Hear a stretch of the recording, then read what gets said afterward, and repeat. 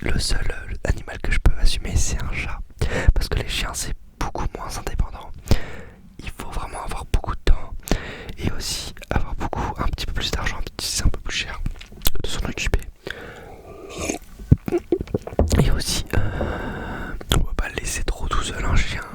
Et pour les voisins aussi, c'est un peu compliqué. Donc, les chiens, c'est pas la meilleure des options. Enfin, du moins, pas pour le moment. Pas pour le moment, pas pour le moment. Donc, on en revient à l'autruche. À l'autruche, bah, du coup, j'adorais quand j'étais petite, caresser en fait toutes sortes d'animaux, toutes sortes d'animaux. Et du coup, elle était dans une enclos et je laisse passer ma main.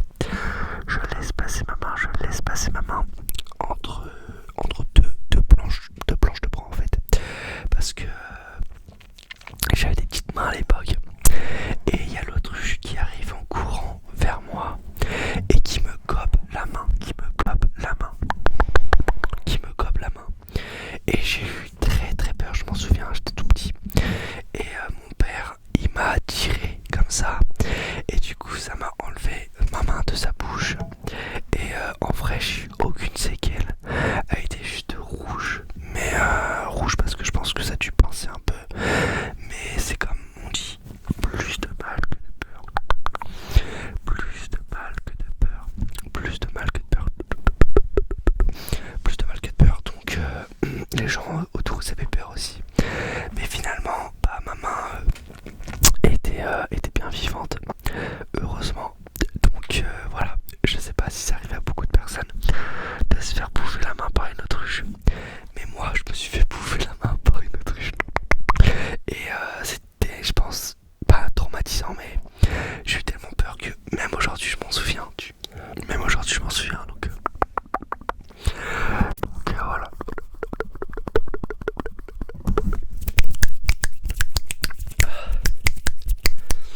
Sinon, qu'est-ce que je peux vous raconter sur ma vie un petit peu? Des petites nouvelles de ma vie. Hop, voilà. Qu'est-ce que je peux vous dire sur ma vie? Quelles les petites nouvelles?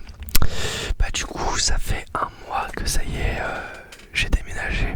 En fait, que je suis dans mon école. Dans mon école. Et en vrai, ça se passe bien pour l'instant. J'ai eu mon premier contrôle. Et ça va. Ça va. Ça va, c'était pas trop compliqué. Si je mets pas souvent ma main en fait entre le micro et ça, je sais pas pourquoi, mais mon micro il fait un bruit vraiment bizarre. Alors que quand je mets la main normalement ça on est censé voilà, avoir un truc hyper proche du micro. Le problème c'est qu'il est trop sensible ce micro.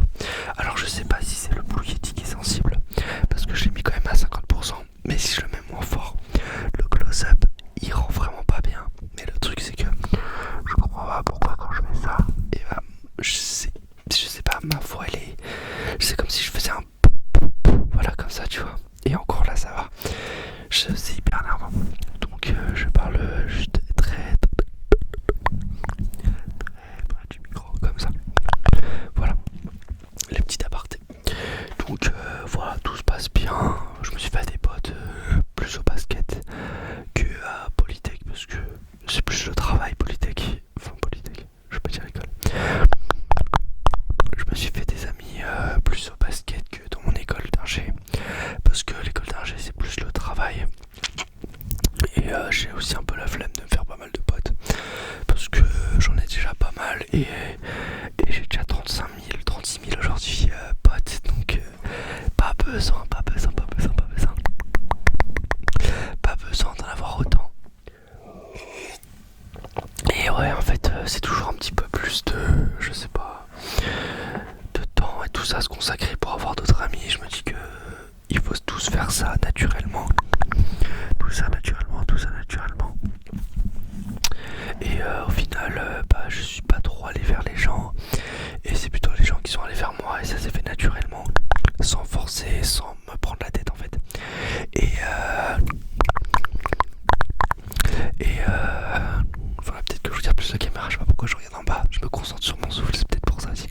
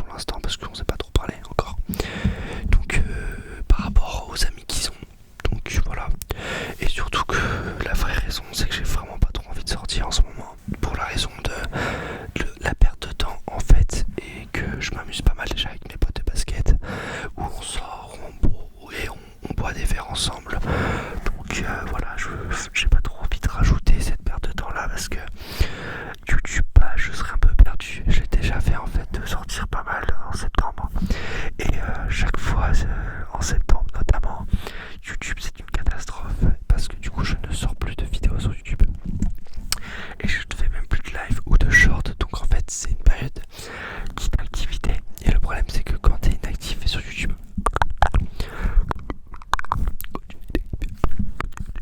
quand tu es inactif sur YouTube, le problème c'est que tu perds tous tes abonnés. Alors t'en perds déjà en nombre, mais surtout tu perds des actifs. Et ça c'est des abonnés que tu perds mais sans que tu vois en fait.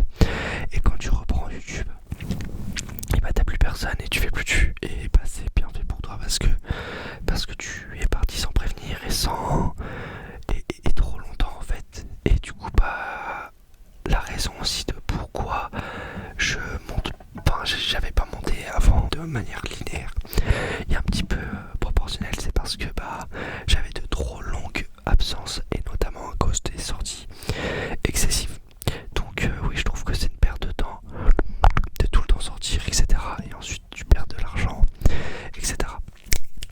Donc si je veux que ça soit un projet sérieux, et ben il faut que je sois sérieux en fait sur YouTube. Voilà. Donc c'est pourquoi je ne sors pas énormément dans les sorties de l'école et surtout aussi pour l'argent parce que avec le déménagement, etc. Le stage qui ne paye pas très bien. En fait, faut savoir que un stage, les gars, un stage après plus de 2 mois, c'est payé. Mais le problème, c'est que c'est payé la moitié d'un SMIC ou un tiers, je sais plus. C'est à peu près 500 € par mois. Ouais, c'est ça, c'est la moitié d'un SMIC. Non, moins, c'est un tiers d'un SMIC. Donc, bah, je peux vous dire que c'est pas avec ce stage-là qui était obligatoire que ça m'a fait énormément d'argent pour bah, cette année-là, pour vivre en fait en tant qu'étudiant. Ça m'a fait quand même un peu d'argent que j'ai pu mettre de côté et que bah, je vais devoir utiliser. Mais du coup, ça me fera pas énormément de côté malheureusement. Heureusement qu'il y a YouTube qui, grâce à vous, me permet un petit peu d'arrondir les fins de mois entre guillemets ou d'acheter du matériel, enfin, ou même de ne jamais vraiment manquer d'argent en tant qu'étudiant.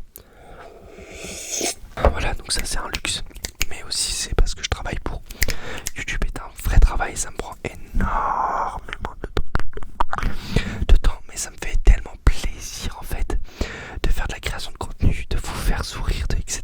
que franchement, bah, évidemment que c'est pas à plaindre et que je suis vraiment content de ce travail là. Voilà.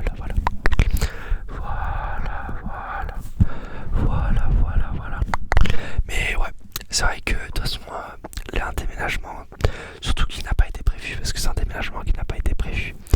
Comme vous avez pu voir dans la vidéo où je vous expliquais pourquoi je suis parti du sud pour aller vivre dans le nord, retrouver ma famille, etc.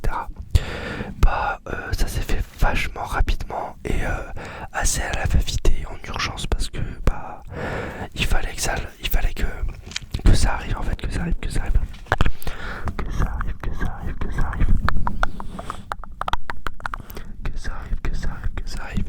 Et du coup, bah, je savais que un petit problème de, comment on peut dire ça, un petit problème bah, de temps et d'argent aussi. Le déménagement a un coût en fait parce que je pars de Nice pour aller à Nantes. C'est pratiquement l'opposé de la France.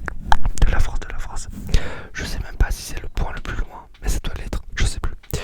Et avec le péage et l'essence et même une nuit à l'hôtel, je peux vous assurer que ça coûte, je pense, j'ai payé un mois de ce que je paye en fait pour vivre en tant qu'étudiant.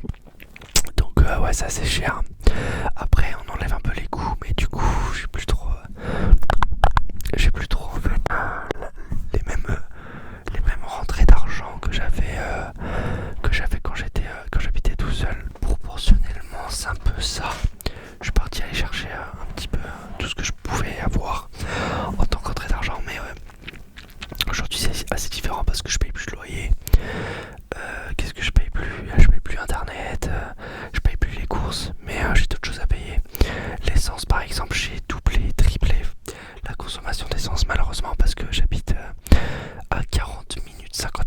voiture de ma fac. Donc au final, voilà, c'est un petit peu proportionnel. Peut-être que je paye pas mon loyer, que je payais pas cher avant. Mais du coup, bah, ça a été remplacé par l'essence. Enfin, je sais pas si vous voyez. Donc voilà. Ça c'est compliqué. Donc c'est pas parce qu'on vit par exemple avec ses parents qu'on paye forcément moins cher. Il faut faire des calculs, etc. Donc voilà.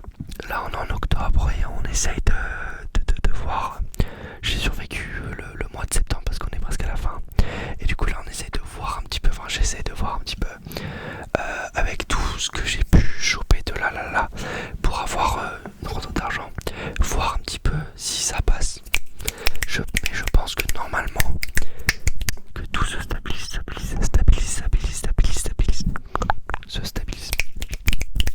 Mais ouais, c'est du travail de galère et voilà. En tout cas, je suis trop content que ça stabilise. Pour l'instant, ça se passe trop bien. Bien mieux que là-bas. Mais on est que le premier mois.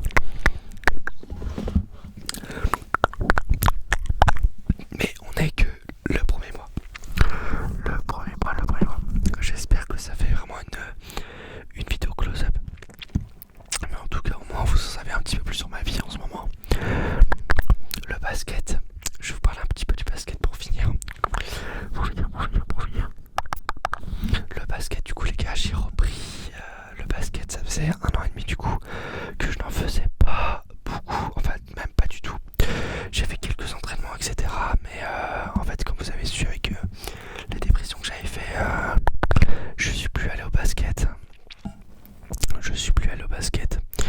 Parce que là-bas, en fait, quand moi je vais dans un sport, c'est pour m'amuser, me vider la tête et non me faire insulter en fait, et ou me faire prendre pour un petit, tu vois.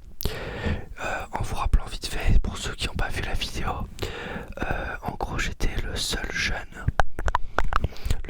senior parmi tout le monde qui était papa en fait, qui avait à peu près 40 ans, 30 ans, qui avait tous un fils, etc.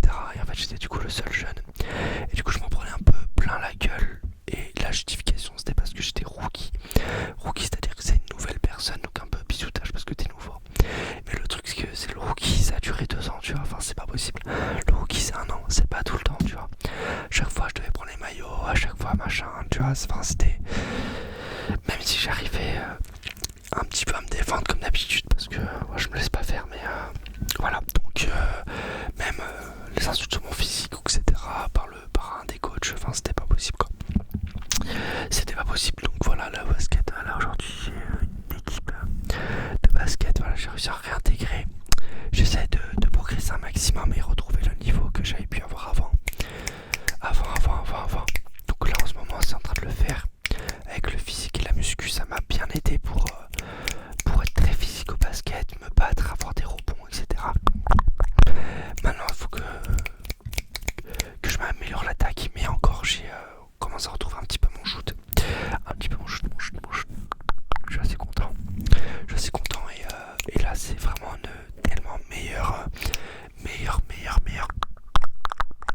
ambiance que là-bas où là je m'éclate.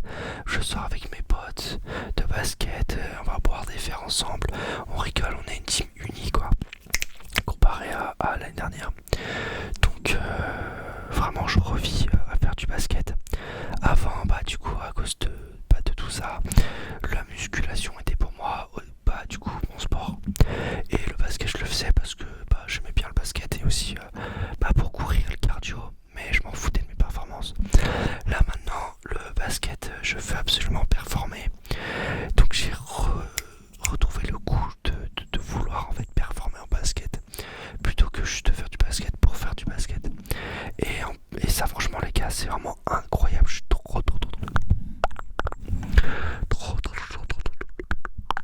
content, en espérant que j'ai mon meilleur niveau.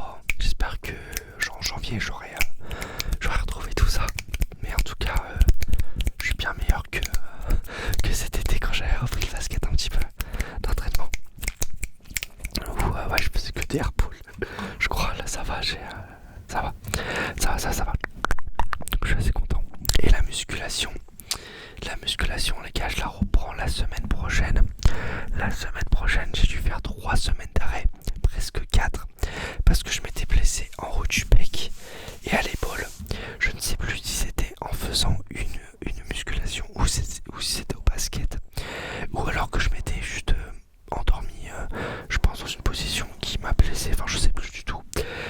souviens que j'avais une douleur aiguë comme ça direct au pec et pendant 3 semaines c'était impossible de faire des pompes ou même soulever une charge du côté du pec droit en fait.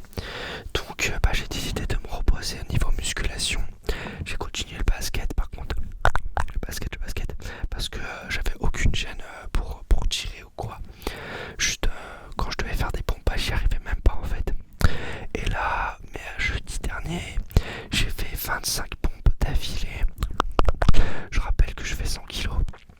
100 kilos, évidemment, de muscles. de muscles. Et en fait, plus t'es lourd, plus c'est compliqué de soulever en fait ton corps. Et 25 pompes d'affilée, normalement j'en fais 30, 40. C'est bien. Surtout quand j'avais encore un peu mal. Mais tout s'est bien passé, passé. J'étais trop content parce que ça faisait 3 semaines que j'avais pas en faire. Puis là, enfin j'ai réussi à en faire 25 d'affilée. Et encore, je pouvais en faire, je pense, 30. Donc, franchement, trop cool. Je pense qu'on va arrêter la vidéo là. N'hésite pas à me dire un petit peu, toi, comment s'est passé ton mois de septembre. Est-ce que c'était un bon mois ou plutôt si c'en était un mauvais? Si c'était un mauvais, n'hésite pas à le dire aussi, comme ça je peux peut-être te donner des petits conseils, etc. Hein, par exemple, si toi par contre tu veux te faire des amis, j'ai pas mal de conseils à te donner. Parce que moi je suis très sociable et je sais comment un petit peu m'en faire, même si j'ai pas trop envie en ce moment. Mais voilà, donc si t'as des problèmes de harcèlement, de trucs comme ça, n'hésite pas à en parler autour de toi ou en commentaire pour que les gens ou moi puissent t'aider dans la mesure de où on peut t'aider. Parce que je sais que c'est pas facile et que malheureusement il existe encore beaucoup trop de harcèlement. Donc voilà. Et surtout il faut pas s'isoler et ne pas le garder pour soi. Et voilà.